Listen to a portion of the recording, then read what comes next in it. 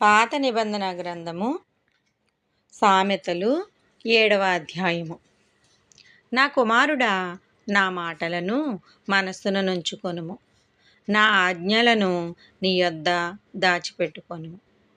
నా ఆజ్ఞలను నీవు మనస్సున నుంచుకొనిన ఎడల నీ కనుపాప వలె నా ఉపదేశమును కాపాడిన ఎడల నీవు బ్రతుకుదువు. నీ వ్రేళ్లకు వాటిని కట్టుకొనుము, నీ హృదయమున పలక మీద వాటిని వ్రాసుకొనుము. జ్ఞానముతో నీవు నాకు అక్కవనియు, తెలివితో నీవు నాకు చెలికత్తెవనియు చెప్పుము. అవి నీవు జార స్త్రీ యొద్దకు పోకుండాను, ఇచ్చకములాడు పరస్త్రీకి లోబడకుండాను నిన్ను కాపాడును. నా ఇంటి కిటికీలో నుండి, నా అల్లిక కిటికీలో నుండి నేను పారజోడగా, జ్ఞానము లేని వారి మధ్యను, యవ్వనుల మధ్యను బుద్ధి లేని పడుచువాడొకడు నాకు కనబడెను. సంధ్యవేళ ప్రొద్దుగ్రుంకిన తరువాత చిమ్మ చీకటి గల రాత్రివేళ వాడు జారస్త్రీ సందు దగ్గరనున్న వీధిలో తిరుగుచుండెను. దాని ఇంటి మార్గమున నడుచుచుండెను. అంతటా వేశ్యావేషము వేసుకొనిన కపటము గల స్త్రీ ఒకతే వానిని ఎదుర్కొనవచ్చెను.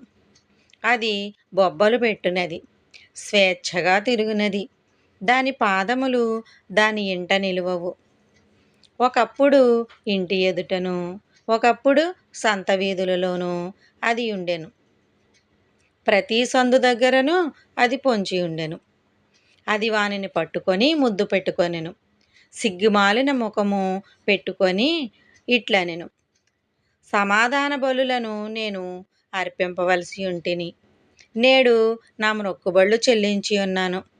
కాబట్టి నేను నిన్ను కలుసుకొనవలెనని రాగా, నిన్ను ఎదుర్కొనవలనని బయలుదేరగా నీవే కనబడితివి. నా మంచము మీద రత్నకంబళ్లను, ఐగుప్తు నుండి వచ్చు విచిత్రపు పనిగల నారదుప్పట్లను నేను పరిచి ఉన్నాను. నా పరుపు మీద బోళము, అగరు కారపు చెక్క చల్లి ఉన్నాను. ఉదయము వరకు వలపుదేర తృప్తి పొందుదము. రమ్ము, పరస్పర మోహము చేత చాలా సంతుష్టి నొందుదము. రమ్ము. పురుషుడు ఇంటలేడు, దూర ప్రయాణము వెళ్ళి ఉన్నాడు.